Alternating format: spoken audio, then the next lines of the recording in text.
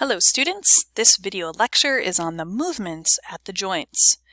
So I've organized this worksheet for you with definitions, and then hopefully after this video is over you'll watch my video with the Skelly app so you can really visualize these a lot better. So I wanted to talk to you about, before we even get into any of these words, some fundamental understandings at the top. The first one is it's really important when you're thinking about these movements at the joints that you remember the anatomical position. And that is pictured here, this lady. And we're going to consider that position our neutral position. So we will start our movements from this position, and when we return to the neutral position, we'll end our movements at the neutral position. So we'll deviate away from here and then return to here, and those are the motions that we're going to be discussing today. So there's point number one, anatomical position. Remember, palms are anterior. Point number two is you need to remember the three major planes of the human body and how the body is divided, because movements occur in certain planes. And this will help if you really focus on the plane that's being acted in. It will really help you understand the difference between something like flexion and abduction. So first off, these planes, this is the frontal or coronal plane. And it divides the body into an anterior and a posterior portion. So imagine that this person is stuck in this pane and they can only move along the pane of glass. I feel like this looks like a pane of glass. They can only move along the pane of glass. So they wouldn't be able to move their head forward. They would be able to like do a snow angel type of movements that would be within that pane of glass. They could shrug their shoulders up and down, but they wouldn't be able to bend forward at the hip or the waist because they would leave the pane of glass. So that's the frontal plane. The second one here is the, technically that's a mid-sagittal, but I'm just going to put sagittal because I want you to remember that that sagittal plane can move to the left or to the right. And so if he was to tip his head forward, that would be in the sagittal plane, or he could tip it backwards, it would still be in the sagittal plane. Likewise, if we shoved this plane so that it intersected his right arm, he could move his right arm forward at the shoulder or backwards at the shoulder, and it would still be within the plane. Lastly, this is the transverse plane. And this divides the body into an inferior portion and a superior portion. And again, this transverse plane is mobile. I can go all the way up to the shoulder. I could go intersect the head. I could, pull it all the way down and intersect the knee or the toes. So this will divide the body into an upper and a lower portion. This is not the most common plane for movements to occur. These two are much more common. I'm also going to color code these as well, so we can use that to our advantage. So I'll do everything in the frontal plane. I'm going to make that one yellow. Colors don't matter at all, so I'm just picking a random color. Let's make sagittal blue. Okay, it's kind of already blue. And we'll make this transverse one pink. Okay, so the movements that happen in the transverse plane, I will highlight pink. Movements happening in sagittal, I will highlight blue, etc. Okay, let's go ahead and get started with the actual notes. One of the most important action words that we're going to hear from here on out are flexion and extension. So if we take a look at the definition, flexion, decreasing the anterior angle between two bones in a sagittal plane. And I want to give you a visual on this using my anatomy atlas. So let's imagine that this person's in an anatomical position. Truly his arm is out front, which is a little awkward, but imagine that it was downward where it's supposed to be. And when this person moves their arm, they're going to modify this angle here. So on a straight arm, that angle is 180, right? If your arm is hanging down straight, it's 180. When you decrease the anterior angle, what you're doing is you're going to bring this forearm up and you're going to bend at the elbow. that motion is all going to happen within the plane that divides your body into a left and right, and that will be this plane here, the sagittal plane. So imagine this plane intersecting the arm just like this. Okay, so front to back. It's running front to back and dividing it into the left piece and a right piece. And then when he moves his arm, I'll turn to the side, we're going to decrease that anterior angle. That motion right there was flexion. So let's take a look at the neck, another example of flexion. Imagine our sagittal plane, again, is going to divide this body into a left and a right, and that plane is going to run from front to back, but it's going to divide left and right, and he's going to move his head and decrease the anterior angle between two bones. So let's watch. This is neck flexion because that anterior angle used to be 180 and now it is whatever it is, but he's decreased the anterior angle between two bones. As he puts his head back into a neutral position, that's increasing the angle, so that would actually be extension there. So flexion, decreasing this anterior angle, extension, increasing the anterior angle, and that movement is happening in a sagittal plane. So if he was going to tip his head over to the side, to the left or right, that would not be flexion anymore. It would be a variation of it, which we'll get to later. Let me show you one more example. This one's good. Again, decreasing the anterior angle in the sagittal plane. That's flexion. He's doing extension now. Flexion to the front, extension returning to neutral. Notice they're not going past neutral. So flexion would be forward, extension, back to neutral, all in the sagittal plane. Now there is one exception to this, and that is a joint that we have that works backward compared to every other joint in the body, and that exception is the knee. We cannot bend our knee in that manner. So let's go to our app and we'll find the knee. There we go. This will be helpful when we learn our muscles. So there's the knee. That's flexion. That's extension. So the difference is we can't modify the anterior angle because our knee doesn't go forward. So the only difference is that we're decreasing the posterior angle between two bones as we do flexion of the knee. And as he straightens his knee again, flexion, this would be knee extension. There's knee flexion. Again, this would be happening in the sagittal plane, knee extension. Okay, so I think we get the point there. There's a couple of variations under that heading. When you go beyond the neutral position, we call it hyperextension. So arching your back. You can't hyperextend your elbow or your knee, but there are some joints that you can hyperextend. So let's look at this guy.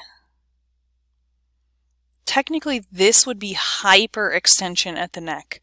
Now, when it comes to muscular actions, we're not going to differentiate between regular extension and hyperextension, but I just want you to know some joints are capable of a hyperextension.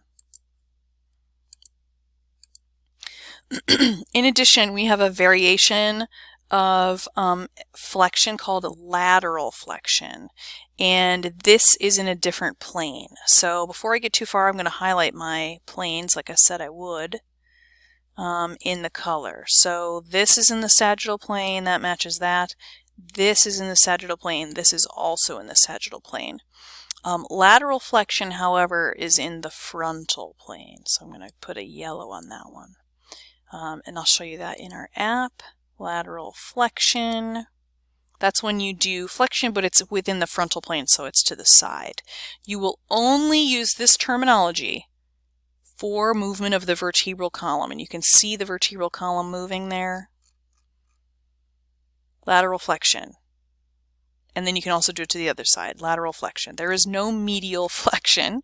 It's always just called lateral flexion. And then you return to neutral. You're actually laterally flexing over here to return yourself to neutral. The other example I can show you is if it's the entire vertebral column and not just the neck area.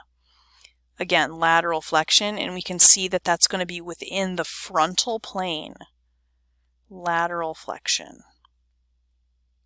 So if you take a look at this plane, he is moving his torso within that imaginary pane of glass there. Finally, for the variations of flexion or extension, we have these two down here. These are specific to the ankle. And honestly, I cannot tell you why we have words that are specific to the ankle, but we do. So we're just going to roll with it. We only use these for the ankle, these two specific words. And it's just flexion and extension, but it's at the ankle. So let's take a quick look. Dorsiflexion is what we call flexion at the ankle. I don't know if we have that in the app. Let me take a peek here. I would imagine we do. Dorsiflexion, toes come up.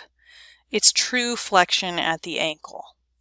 So the toes are coming up towards the knee. The heel bone is actually going down. So that is a true flexion at the ankle. So we're going to return him to his flat position, dorsiflexion, toes come up. Okay, that's just specific flexion at the ankle. The other one is called plantar flexion, and here's an issue with that. Dorsiflexion, plantar flexion, first of all, they're both flexions, but they're opposite. This is extension at the ankle. So it's really when you're bending the plantar surface of your foot. Show you in the app. Plantar flexion, essentially point your toes down. So you can see again, this would be in the sagittal plane. Imagine that pane of glass here. The toes go down, plantar flexion. The reverse would actually be dorsi. So point your toe down, plantar flexion. Okay, plant your toes into the ground. Plantar flexion. So the arch area, the plantar surface is bending. Okay, that's a little bit tricky there. Both of those will be in the sagittal plane, so I'll add that.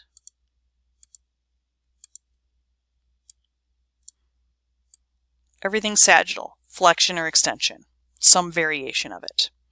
Okay, so if we switch planes, we're going to be switching to the frontal plane. When we move the limb laterally in a frontal plane, it's called abduction. When we move it medially, it's called adduction. So to the app, and I will show you. This is really easy to understand. There we go. Notice we're in a frontal plane. He's not moving his arm forward, he's moving it out to the side. So when he lifts his arm out to the side, that's abduction, abduction, and when he pulls it inward, it's adduction. So think of it this way. To abduct it is to take it away, like if you're abducted. This is abduction. And sometimes I'll be really obnoxious about how clear I am with that. Abduction. Because it sounds a whole lot like adduction. Think about adding it back in. So we're literally moving it either away from the midline abduction or towards the midline adduction. And we're only going to use this terminology for limbs. Because remember, if the whole torso moves away or towards the middle, it's lateral flexion. So limb only on the AB and adductions. That's why I put limb here. Movement of a limb laterally away from the midline in a frontal plane. Movement of the limb medially. Now at the foot, again, ankle only, special terms. So I'm going to put that again. Ankle only, we'll use the terms inversion and eversion. And This is a single plane movement. Inversion and eversion. To the app, I will show you. Hopefully they have it. Here we go. Inversion. Okay, let me turn you to the front, little guy. All right, watch as neutral position, the sole of the foot is rotating towards the midline. So he's like rolling his ankle.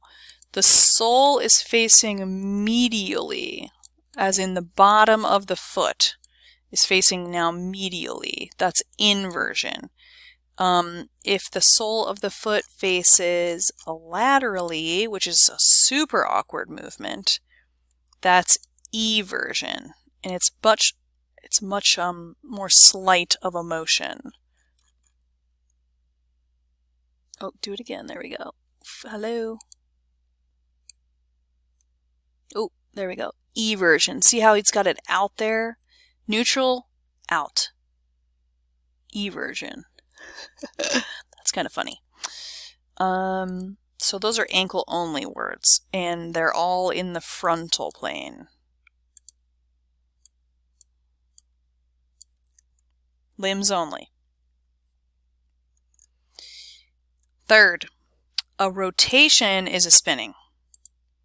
So we have a couple variations of this. Here we go. So turn to the left, or actually that would be his right. Turn to his right. He's turning to his right again. Oh, you could also turn to the left. That's called rotation. Left and right rotation. So we're spinning around a central point, and actually that point is the dens. You can get right in the middle. See how C1 and the skull move as a unit, and we're turning around the dens of C2. So that is in the transverse plane. And what color did I use for that? Pink. That's in the transverse plane. All the rotations are in transverse. So we have right and left rotation. We use that for the vertebral column when we turn either the head or the whole body to the left or right. This is going to look kind of weird. Turn to the right. He probably won't turn to the left. Or maybe it's a she, who knows. Turn to the right, that'd be right rotation. Back to the center, turn to the left, left rotation. We use that for the vertebral column, to look to the left or to the right, to turn to the left or the right. So used for the vertebral column. Now, limbs are a different story, so let's take a look.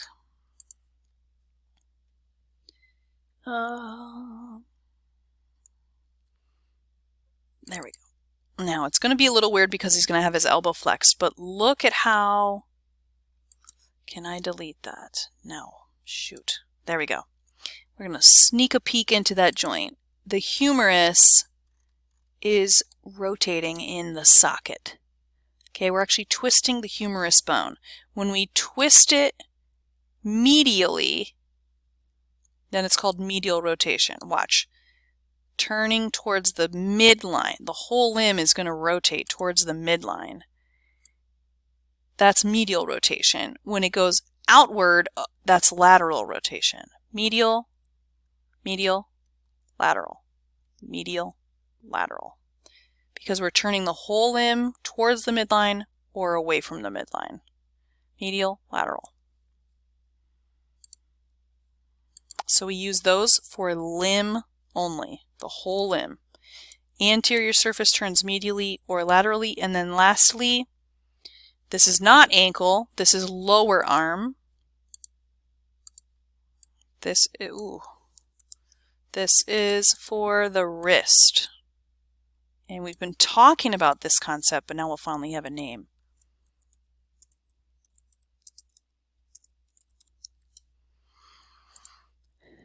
So, supination and pronation. I got a really dorky way to remember. Here we go. He's got a flexed fingers. I don't really get that, but there's supination as the palm goes forward, pronation as the palm twists backwards. So let me see if I can turn this so it looks a little bit more anatomical position, sort of. When we turn the palm posteriorly and now it's facing down, that's pronation. Palm facing upwards or anteriorly, supination. So think about it this way. When you turn your palm from back to front, you're now palm facing forward. That's called supination. And it was if you were holding a bowl of soup, you would have to be supinated. So I'm going to write hold the soup. Imagine you're holding a bowl of soup. Your palms are facing upwards, really, or anatomically forwards to hold the soup. If you don't like the soup and you were to take the bowl and pour it out and dump out the soup, that would be pronation. So hold, pour out the soup. Hold the soup, supination, palm goes forward. Pour out the soup, pronation, palm goes posteriorly. So those apply to only the wrist. But again, it's a rotation, so it's going to be in that transverse plane. Almost there. The last four are super special circumstances because we've had special, special, special. These are restricted usage. So I'm going to make a note of that with this. Do not use these unless the exact circumstance calls for it. Okay, everything under this line, restricted. We're going to move our body part upwards in a frontal plane or downwards in a frontal plane. It's called elevation upward, depression downward. We only use these in certain circumstances. That is in the mandible, when you open and close the mandible, and in the scapula clavicle combo. Like when you elevate your shoulders, they go up. When you push your shoulders back down, they go down. That's depression. So those are both in the frontal plane. That's going to be yellow.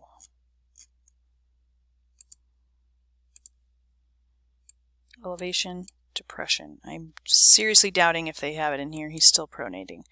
Let's see. Elevation.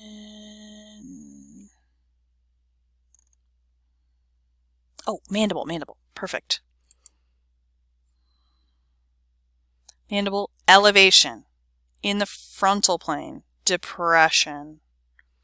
This is really intended for the muscles, but you can see like he would just be moving up and down in a frontal plane. Because a transverse plane, he would leave the plane, and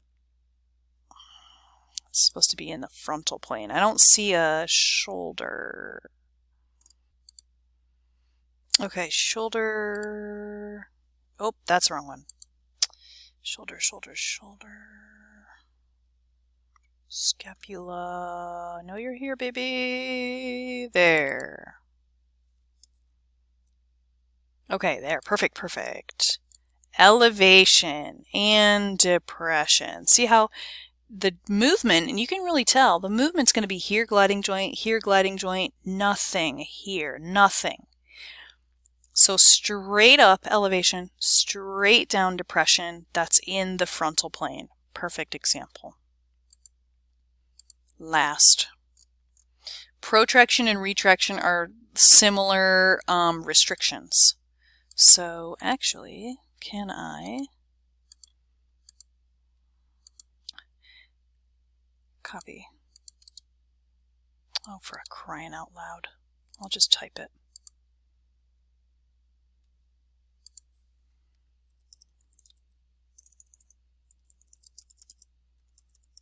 Scapula, clavicle. This is movement forward in a transverse plane and backwards in a transverse plane. So pink is my color for transverse. I know I saw this. It's really quite awkward. Nope, protraction. forward, ooh, forward, and retraction. Now he's doing a little bit of elevation depression, but main idea, I'll pause it there. That mandible is protracted. See how it's facing like it's underbite? Forward. Movement in this transverse plane. He's shoving his jaw forward. And then I'm assuming they also have a depression. No, retraction. And pulling it, ooh, awkward, backwards in the transverse plane. So he's shoving it backwards this way. Now, we also use that for the scapula, which it's going to look a little different because it's going to move around the rib cage. So let's look at this. Protraction, retraction. See how it's moving forward? Protraction, retraction. Now, it is possible to call it ab and adduction, but I think the whole idea is that it's moving forward in the transverse plane, backwards in the transverse plane. So protraction is forward, like if you give yourself a hug. Retraction, if you try to touch your shoulder blades together in the back. Okay, last. This one does not have a plane because it crosses multiple planes, so I'm not going to highlight it. But circumduction is when you make that circular motion, and I do not suspect that it's in here because it's multiple muscles.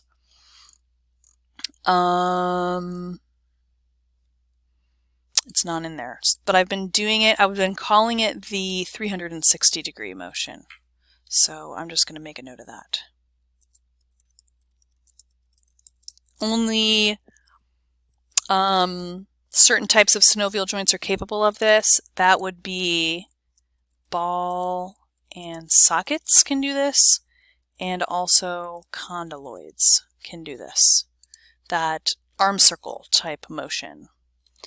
So there you have it. There's your basic definitions, and I also want you to watch the Skelly video, and then you can try the review on your own. See ya.